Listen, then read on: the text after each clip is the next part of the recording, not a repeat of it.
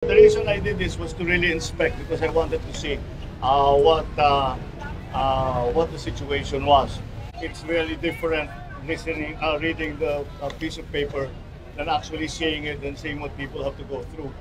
So, Valenzuela has the usual problem. Talagang basin yan eh. Lagi nababaha ang Valenzuela.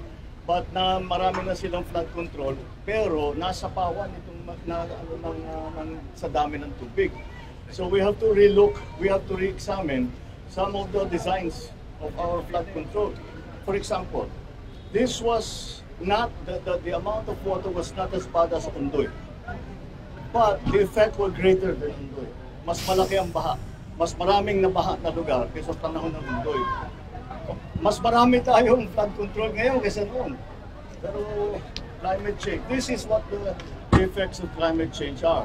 What we have seen is that one of the most important parts that nagka-problema was that navigation gate that we went to na nasira because binangga ng isang barko basta hindi sumunod sa instruction. Sinira niya.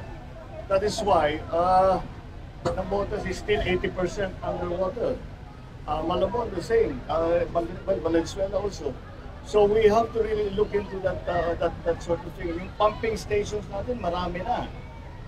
Yun, nakaproblema lang. Sana matuto naman ng tao. Huwag kayong nagtatapon ng basura.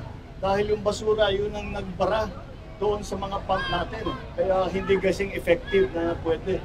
Dahil Navotas, yung 81. In Valenzuela, I think they have 32. So marami na yung pumping station. Pero talaga, you have to put it somewhere. So yesterday, 12 o'clock was high tide. 12 o'clock noon, nag-high tide. Nagsabay-sabay, para malakas ang ulan, tapos nag-high tide. So at least now I'm very clear about what the situation is.